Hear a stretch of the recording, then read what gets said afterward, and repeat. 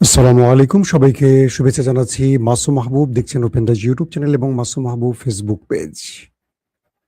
মেহেরপুর থেকে সোহেল, জি ভাই ধন্যবাদ আপনার কমেন্টের জন্য। মোহাম্মদ উকিল উদ্দিন বাংলাদেশ সচিবালয় থেকে দেখছেন, আপনার জন্য ভালোবাসা ভাই। মালদা থেকে জিয়াউল হক নাকি জিয়াউল দেখছেন। দর্শক, সবচেয়ে বড় খবরটি হলো মার্কিন প্রেসিডেন্ট ডোনাল্ড ট্রাম্প ইরানের প্রেমপত্র পেয়ে গেছেন, কিন্তু তিনি খুশি হতে পারছেন না। কেন? সৌদি আরবের সাবেক গোয়েন্দা প্রধান এবং যুবরাজ আজকে একটা খুব মূল্যবান স্টেটমেন্ট দিয়েছে। আমি মনে করি পুরো যুদ্ধের সিনারিটা তার এই স্টেটমেন্টের মধ্যে আটকে আছে, সেটা আমি আপনাদেরকে ক্লিয়ার করে জানাবো কি তিনি বলেছিলেন। পাশাপাশি আরব রাষ্ট্রের মধ্যে ইরান মোটামুটি ঠান্ডা যুদ্ধ ছড়িয়ে দিয়েছে, থেমে থেমে আরবদের মধ্যে কিছু খেলা খেলছে ইরান, সেই বিষয়ে আপনাদেরকে জানাবো। পৃথিবীর যে প্রান্ত থেকে যারাই দেখছেন সবার জন্য আবারও শুভকামনা। প্রিয় দর্শক, প্রথম যে খবরটি দিয়ে আসতে চাই, মার্কিন যুক্তরাষ্ট্রের অন্যতম একটি গণমাধ্যম দি আটলান্টিক, তার একটি প্রতিবেদন এসছে, আমি পড়ছিলাম আজকে। রবার্ট কেগেন তিনি লিখছেন, আমেরিকা তার জন্মের পর সবচেয়ে ভয়ঙ্কর সময় পার করছে। রবার্ট কেগেন বলছেন, আটলান্টিক আপনারা চাইলে একটু গণমাধ্যমটা চেক করতে পারেন। আমেরিকা একটা লম্বা সময় পরাশক্তি ছিল, পৃথিবী আমেরিকাকে তাসলিম করত, কর্নিশ করত। কিন্তু ইরান যুদ্ধটা ডোনাল্ড ট্রাম্প ছড়িয়ে দিয়ে পুরো পৃথিবীকে ইরান তার পক্ষে টেনে নিয়ে আসছে আর আমেরিকার বিরুদ্ধে দাঁড়িয়ে গেছে। আমেরিকার যে মিত্ররা আমেরিকার ইশারা ছাড়া এক ইঞ্চি এদিক ওদিক তাকাতো না, সেটা ইউরোপ বলেন, ন্যাটো বলেন, আরব বলেন, আরো যারা আছে, তারা আজ আমেরিকার কথা শুনছে না। তার মানে আমেরিকা সবচেয়ে বড় পরাজয়ের মুখে আছে, যখন তার শত্রু একটা ছোট শক্তিশালী দেশ ইরান, তারপরও তার বন্ধুরা পরাশক্তি আমেরিকার ডাকে আসছে না। বলা হচ্ছে যে আমেরিকা তার যেই বিশ্বজয়ী মনোভাব বা পরাশক্তির যে তকমা, সেখান থেকে ছিটকে পড়ে যাচ্ছে ইরানের কারণে। আর এটি ছিল ডোনাল্ড ট্রাম্পের ভুল খেলা। অর্থাৎ ইসরায়েলের মদদে তিনি ইরানের বিরুদ্ধে যখন যুদ্ধটি ছড়িয়ে দিয়েছেন, তখন তিনি এর হিসেবটা সঠিকভাবে করেননি। তিনি মার্কিন সিনেট বা কংগ্রেস বা পেন্টাগন কারো মতামতকে গুরুত্ব দেননি। তিনি আমেরিকান জেনারেলদের মূল্যায়নকে গুরুত্ব দেননি। তিনি গুরুত্ব দিয়েছিলেন নেতানিয়াহুকে। তার মাসুল এখন শুধু ট্রাম্প নয়, পুরো আমেরিকা দিচ্ছে। 2 নম্বর খবরটি কি? মার্কিন প্রেসিডেন্ট ডোনাল্ড ট্রাম্প একটি টিভি শোতে কথা বলেছেন, যেটার নাম দি ন্যাশনাল ডেস্ক। সাংবাদিকের কয়েকটি প্রশ্নের উত্তরে প্রেসিডেন্ট ট্রাম্প বলছেন, আমাদের নজরের মধ্যে আছে ইরানের ইউরেনিয়াম। অর্থাৎ ইরান যেখানে তার ইউরেনিয়াম মজুদ করে রেখেছে 24 ঘন্টা সেটা আমাদের নজরদারির মধ্যে আছে। আমরা যখন চাইব আমেরিকান সেনা পাঠিয়ে সেটা সেখান থেকে তুলে নিয়ে আসতে পারবো। যদি ইরানের কেউ সেটাকে সেখান থেকে সরাতে চায়, আমরা সরাসরি তার উপর অ্যাটাক করব। ট্রাম্পের এই বক্তব্যে এইটুকু মনে হচ্ছে যে ট্রাম্প তিনি জানেন ঠিক কোথায় ইরানের নিউক্লিয়ার আছে বা ইউরেনিয়াম আছে, এবং সেটাকে তিনি পাহারা দিচ্ছেন, উপগ্রহের মাধ্যমে হোক বা যে কোনো সিস্টেমের মাধ্যমে। তাহলে প্রশ্ন করা যায় ট্রাম্পকে, আপনি যে হাজার হাজার বোম্বিং করলেন ইরানে, সেই জায়গায় কি করতে পারেননি? নাকি সেই জায়গায় ঢুকতে পারছে না আপনার বোমা, বাংকার ব্লাস্টার বলেন, B2 বোম্বার্স বলেন, ঢুকতে পারছে না? কোনটা? নাকি ইরানকে বোঝাচ্ছেন আমি ওখানে তাকিয়ে আছি, কিন্তু তিনি জানেন না কোথায় আছে? ইরানকে বোঝাচ্ছেন আমি কিন্তু তোমার ওই খবর জানি, ওই খবর বুঝছো, কোন খবর? ইরান ভাববে আরে সর্বনাশ, সে তো দূরবীন দিয়ে বসে বসে দেখতেছে 24 ঘন্টা। নেতানিয়াহু কি বলেছেন ট্রাম্পকে, যে কোনোভাবেই ইরানকে ছাড় দেওয়া যাবে না, আমরা এখনো যুদ্ধের মধ্যে আছি, যুদ্ধ আমরা চাইলে বন্ধ হবে, কিন্তু যতক্ষণ ইরান ইউরেনিয়াম না দেবে আমাদের হাতে, মানে যতক্ষণ মুরগিটা শিয়ালের হাতে না দেবে ততক্ষণ আমরা ইরানকে ছাড় দেব না। আমরা যুদ্ধের মধ্যেই আছে, যে কোনো সময় আমরা আবার আক্রমণ চালাবো। আসেন এই খবরটুকু দিয়ে আমি আগে দিলাম কেন, এবার বলছি আপনাদের মূল খবরে আসি। পাকিস্তানের মাধ্যমে অপেক্ষা ছিল ইরানের প্রেমপত্রটি পাওয়ার জন্য ডোনাল্ড ট্রাম্প। আমি এটাকে প্রেমপত্র বলছি, আপনারা আপনাদের মতো ধরে নিয়ে। অর্থাৎ ইরানকে আমেরিকা কিছু প্রস্তাবনা পাঠিয়েছিল, আমি বলেছিলাম আমার লাইভে, আপনারা দেখেছেন। এরপর আমেরিকা অপেক্ষা ছিল। ইরান বলছে আমাদেরকে একটু ভাবতে দাও, আমরা তোমাকে লিখিত পত্রের মাধ্যমে জানাবো। এরপর বেশ কয়েকদিন পর বারবারই পাকিস্তানকে চাপ দিচ্ছিল ডোনাল্ড ট্রাম্প, আমার চিঠিটা কোথায়। পাকিস্তান ইরানকে বলছিল ট্রাম্প তো অস্থির তোমার ভালোবাসার পত্রটি পাবার জন্য। ইরান অবশেষে সেই চিঠি পাঠালো পাকিস্তানের মধ্যস্থতায় বা পাকিস্তানের হাতে দিয়ে আমেরিকাকে। ডোনাল্ড ট্রাম্প খুশি মনে সেই চিঠিটি খুললেন, খুলে তার মাথা এলোমেলো হয়ে গেল।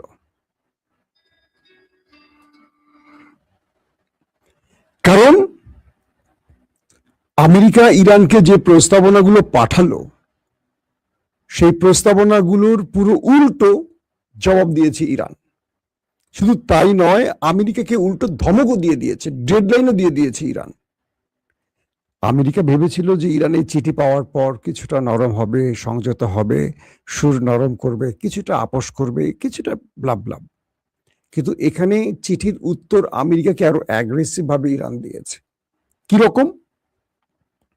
আমেরিকা বলছিল তোমার ইউরেনিয়াম আমাদের হাতে দিয়ে দিবে, বিনিময়ে তোমার সব শর্ত আমরা মেনে নেব, আর তুমি হরমুজে তোমার দখলদারিত্ব রাখতে পারবে না, হরমুজটা আমাদের নিয়ন্ত্রণে থাকবে, আর বাকি সব আমরা মেনে নেব।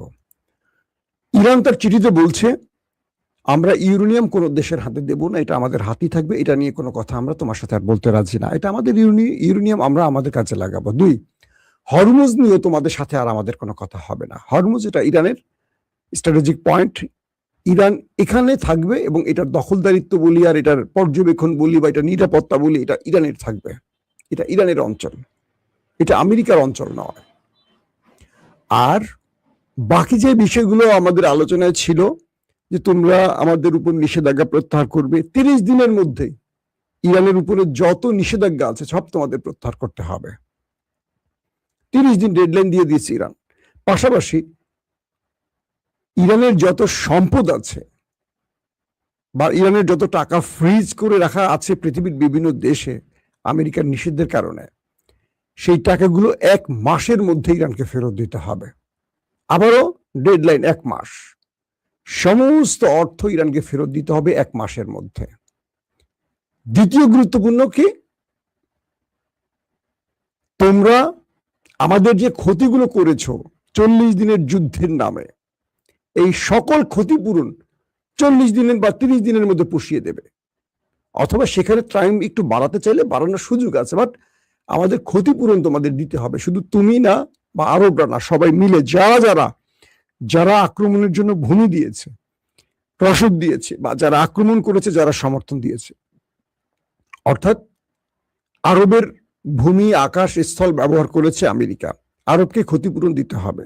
আক্রমণ করেছে কে? আমেরিকা এবং ইসরায়েল, এই দুটো রাষ্ট্রকে ক্ষতিপূরণ দিতে হবে। উল্টো এই ভাষাগুলো, এই শর্তগুলো ইরান আমেরিকাকে যখন দিয়েছে, ট্রাম্প আর দুনিয়ায় আছে, ট্রাম্প বলছেন পৃথিবীর আর কোনো শক্তি না ইরানকে বাঁচাতে পারে। ইরান আমার ধৈর্যের বাঁধ ভেঙে দিয়েছে, ইরান আমার সাথে প্রতারণা করেছে, ইরানকে আমি যা বলেছি ইরান তার উল্টো পথে হাঁটছে।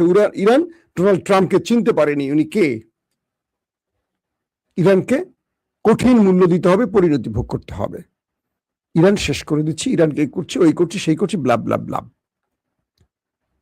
বুঝতে পারছেন ডোনাল্ড ট্রাম্পকে কি প্রেম পত্রটি পাঠালো ইরান? এমন এক প্রেম পত্র পেয়ে ডোনাল্ড ট্রাম্পের চুলগুলো সব খাড়ায় গেছে, নিচে খাড়া নেয়, উপরে খাড়াইছে, কিন্তু বি কেয়ারফুল। তো এখন ইরানের এই চিঠির জবাবটি ট্রাম্পের পুরো কি বলবো হার্টকে বাড়ায় দিছে।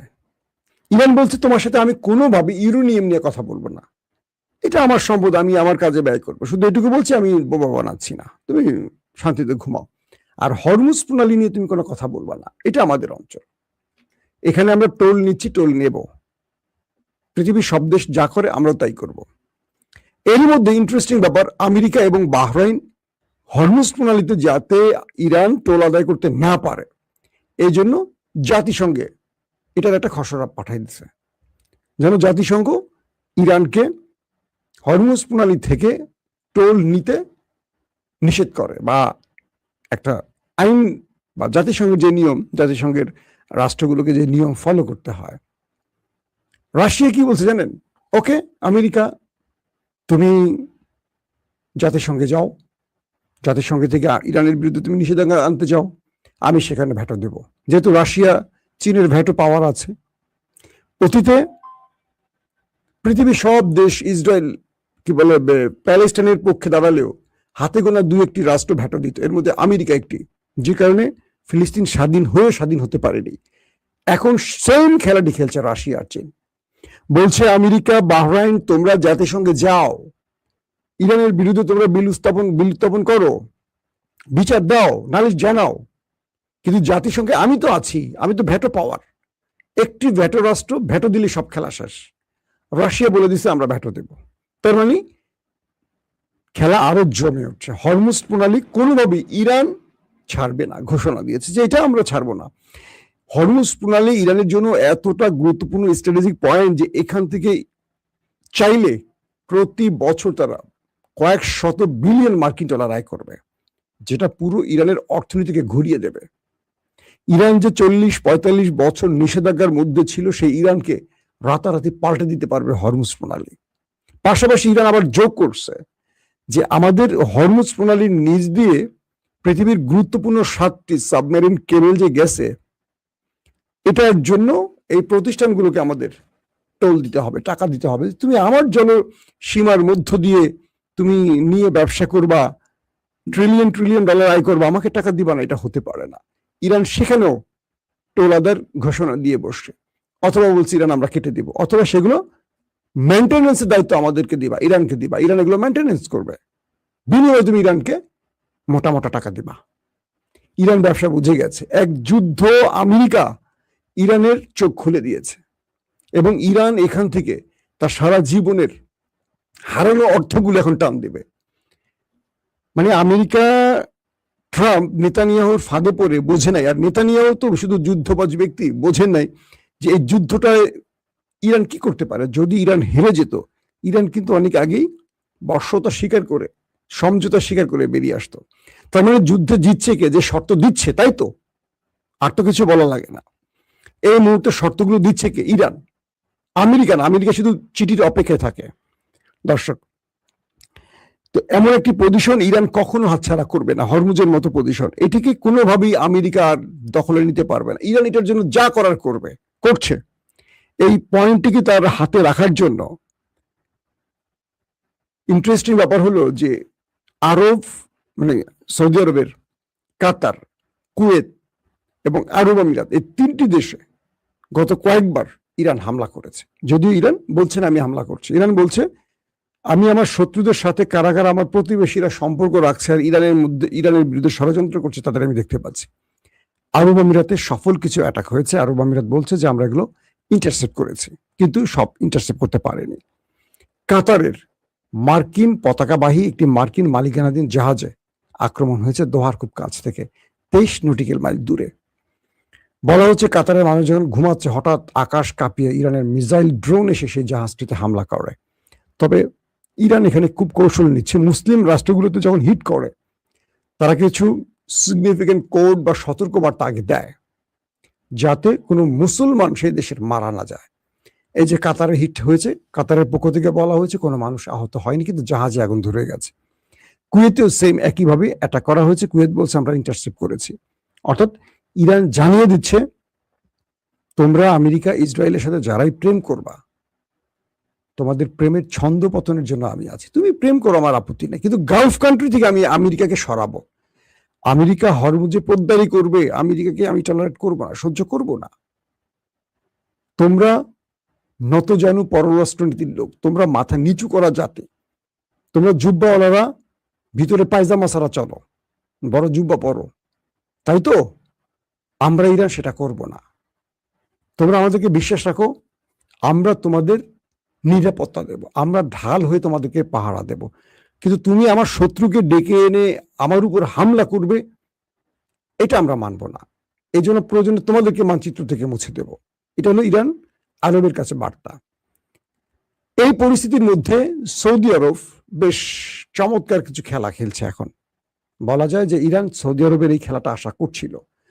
এমনটা ভাবার দরকার নেই যে সৌদি আরবরা সব ইরানের সাথে বন্ধু না, সবাই চায় ইরান দুর্বল হোক, কিন্তু সত্যটাও তারা বোঝে ইরান দুর্বল হওয়ার চেয়ে ইসরায়েলকে শক্তিশালী করা ভয়ঙ্কর, এটাও আরব বোঝে, একমাত্র আরব আমিরাত ছাড়া। আজকে সৌদি আরবের সাবেক গোয়েন্দা প্রধান এবং যুবরাজ, সৌদি আরবের কোন যুবরাজরা রাষ্ট্রীয় কোন নীতি লঙ্ঘন করে বক্তব্য দেয় না, রাষ্ট্রের নীতি স্মরণ করে তারা বক্তব্য দেয়। তার নাম হলো প্রিন্স তুর্ক আল ফয়সাল। তিনি একটি দুর্দান্ত স্টেটমেন্ট দিয়েছেন। তিনি বলছেন যে ইরানের সাথে সৌদি আরবের যুদ্ধের যে পরিস্থিতি ইসরায়েল তৈরি করছে, বা ইসরায়েল যেভাবে এই আরবের সাথে ইরানের যুদ্ধ বাঁধাবার ষড়যন্ত্র করছে, যদি এটা সফল হয় তাহলে হাজার নয় লক্ষ লক্ষ আমাদের সন্তানরা প্রাণ হারাবে। ইরান এবং সৌদি আরবকে বুঝতে হবে এই অঞ্চলে, মিডল ইস্টে এই যুদ্ধটা কারা ছড়িয়ে দিচ্ছে, তাদের উদ্দেশ্য কি। যদি এই উদ্দেশ্য না বোঝে আর আরবের মধ্যে, মিডল ইস্টের ইরান আরবদের মধ্যে যুদ্ধটা শুরু হয়ে যায়, এটা কয়েকশো বছরের জন্য এই অঞ্চলে মুসলমানরা পিছিয়ে যাবে এবং আমাদের আজকের প্রজন্ম নয়, আগামী প্রজন্ম এটার জন্য অনেক বড় মাসুল দেবে। দুর্দান্ত স্টেটমেন্ট, এরপরে আর কোনো বক্তব্য হয় না। যুবরাজ প্রিন্স তুর্ক আল ফয়সাল যে কথাটি বললেন, আপনারা আরবের গুরুত্বপূর্ণ গণমাধ্যম চেক করে দেখে নিতে পারেন। যারা অনেক সময় আমাদের ভিডিও দেখে অনেকে ভিডিও বানান, যারা টুকটাক ইউটিউবিং করেন, সাংবাদিক না, অনেকে আমাদের ভিডিওগুলো দেখেন, দেখে ভিডিও বানান, তাদেরকে আমি সোর্সগুলো দিয়ে দিচ্ছি, চেক করে নেবেন যাতে আপনারা সহজে বিষয়গুলোকে প্রমাণ পান। তো এই যুবরাজ বলছেন যে ইসরায়েলের মূল ষড়যন্ত্র হলো এই অঞ্চলে আমাদেরকে দুর্বল করা এবং আমাদের মধ্যে বিরোধ লাগিয়ে আমাদের বিভাজিত করে আমাদেরকে শক্তিহীন করা। শুধু ইরান শক্তিহীন হবে না, এখানে আরবও শক্তিহীন হবে এবং এই দুই দেশ বা এই আরব আর ইরানের মধ্যে লড়াইতে লক্ষ লক্ষ আমাদের সন্তানরা, মানে মুসলমানদের যুবকরা প্রাণ হারাবে, যেটা আমাদের জন্য কোনোদিনই কল্যাণের হবে না। এবং তিনি বলছেন মোহাম্মদ বিন সালমান, যিনি আজকের ক্রাউন প্রিন্স বা রাষ্ট্রের প্রধানমন্ত্রী, তিনি এই বিষয়গুলো চান না কোনোভাবেই ঘটুক। প্রিয় দর্শক, আশা করি এই বিষয় থেকে আপনারা মোটামুটি বুঝে ফেলছেন যে আরবরা বোঝে না তা নয়, আরবরা বোঝে, কিন্তু আরবের ভেতরে আমেরিকার মতো দানবীয় পাওয়ারফুল রাষ্ট্ররা এমন ভাবে আছে, তাদের আঙুলের নাড়াচাড়ায় অনেকের রাজপ্রাসাদ ভেঙে পড়তে পারে, তাদের ক্ষমতা নড়ে চড়ে যেতে পারে। পাকিস্তান দেখেন না, ইমরানকে জেলে ঢুকে বসায় রাখছে, কারণ মিশরের মুর্সিকে কি করছে, তিউনিসিয়া কি হয়েছে দেখেন আপনার, লেবাননে কি হয়েছে, লিবিয়াতে কি হয়েছে, ওরা চাইলে সব পারে। তো এই পরিস্থিতিতে ইরান আমেরিকার লড়াইতে যদি মুসলমানরা ইরানের বিরুদ্ধে দাঁড়ায়, তার ফল কি হবে আমি এই যুবরাজের বক্তব্যের মাধ্যমে সেটা আপনাদের ক্লিয়ার করে দিলাম। দর্শক, আজকের মতো বিদায় নিতে চাই, ইনশাআল্লাহ